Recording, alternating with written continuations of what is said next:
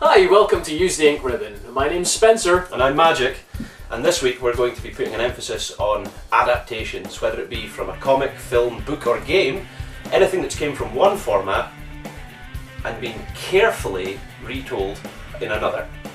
For example, remember the time that I adapted your car so that when you pressed the brake pedal it set off a nitrous boost?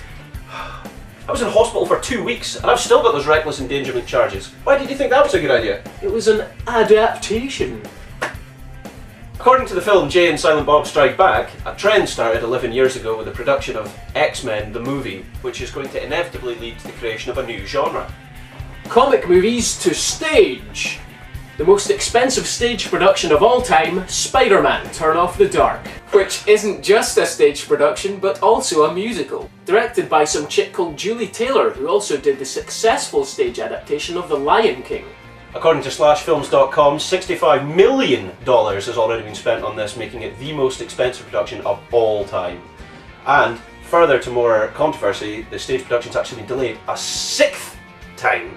Oh yeah. The production has suffered a series of cast injuries during rehearsals and previews thanks to its ambitious flying sequences. The most serious incident, of course, is when Christopher Turney plummeted 30 feet straight into the orchestra pit, breaking all his ribs, 3 of his vertebrae, and allegedly cracked his own skull. We hope Christopher gets better soon, but that totally delayed the show.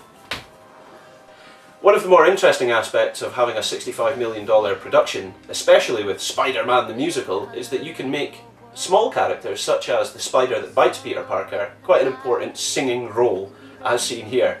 However, this is tremendously amusing for me. It reminds me of Springtime for Hitler in the film The Producers. Gene Wilder is awesome.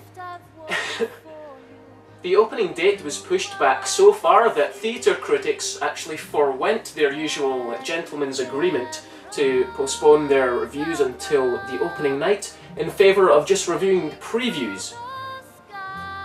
And those reviews were pretty much unanimous that the show is terrible. I'll be honest though, I just saw Thriller live in one of the theatres nearby my hometown, and it had 6 different Michael Jacksons in it.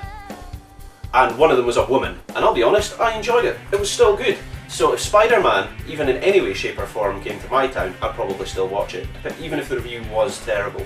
Honestly, I mean that, I'd really still enjoy it. If I got a chance to see a $65 million production built in Aberdeen that featured an awesome flying sequence with Spider-Man in it, I'd sit in a seat entirely built out of sandpaper and still enjoy it.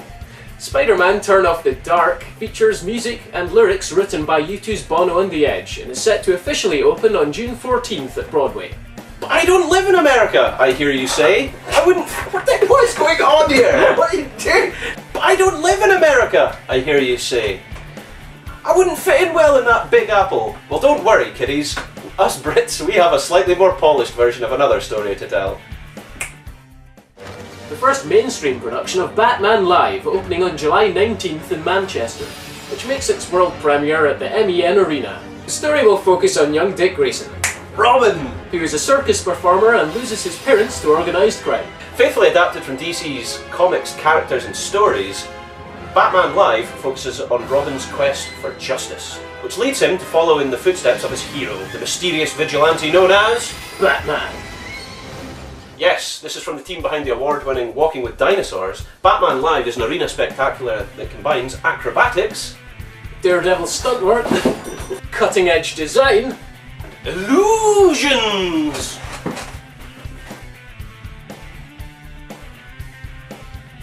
To bring the adventures of Batman and Robin to life on stage for the first ever time in the character's history.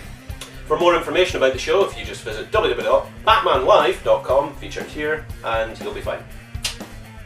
Anthony has Batman doing some amazing flying sequences similar to Spider-Man, but Batman's are reported to be 100 feet high. Now, I know what you're thinking.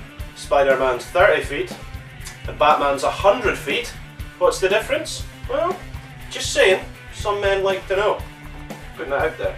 Awesome 100. One of my favourite authors is William Gibson, who wrote the book Neuromancer and basically invented the cyberpunk genre. Although rumour of a film adaptation has been flying around for decades, it seems to finally be on for 2012. The director of cult classic Cube has been given the go-ahead by Gibson himself to recreate the 1984 novel Neuromancer. Comically, the Commodore 64 game released in 1988 said on the back of the box that this film was coming soon. Are they psychic? Who knows? Although rumours of a film adaptation have been flying around for decades, it seems to be ready for pre-production in 2012. And since this project is something that means a lot to me, we'll keep you updated.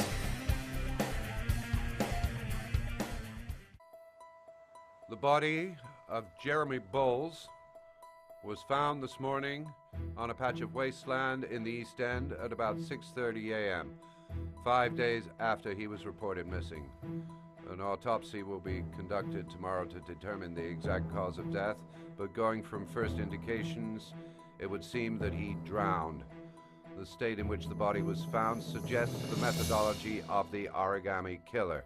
Sony and Quantic Dream's Heavy Rain is a deeply emotional and immersive, multiple award-winning game which was Game of the Year 2010, and it's finally being put to film.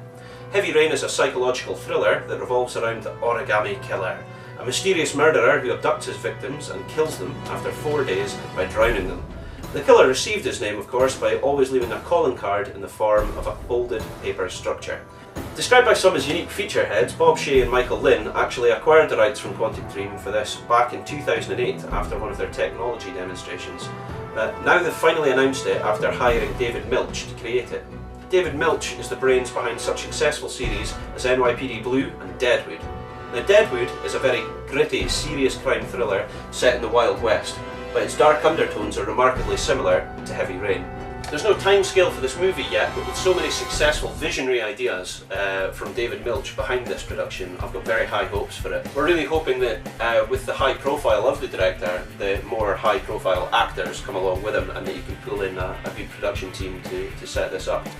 Completionists of Heavy Rain will already know that if you look through the extras, you can see live castings of the actors used in the game. They are so awe-strikingly well resembled in the game that it would seem almost criminal for them not to be used as actors in the film.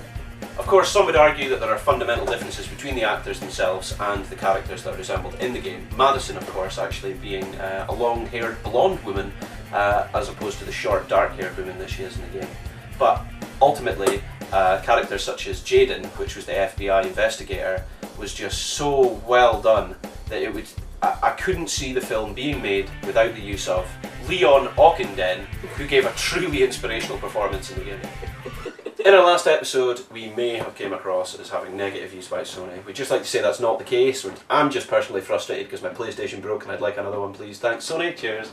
But obviously we'll aim to not have too much of a bias, but we are going to have our opinions throughout this series. Thanks. Thanks. In this stage of the show, we were going to do something called Pick of the Week. Not picture, but pick, as in I pick you, Charizard.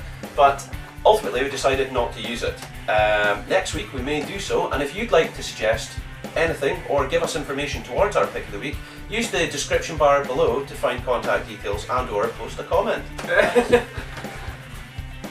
Hi there, and just before we leave you this week, I'd like to open this up for a competition. If any of you out there can tell me who this is, and I drew this myself, by the way, years ago I might add, but I did. If any of you can tell me who this is, you'll win some points, okay? Points make prizes! I'd sit in a chair built out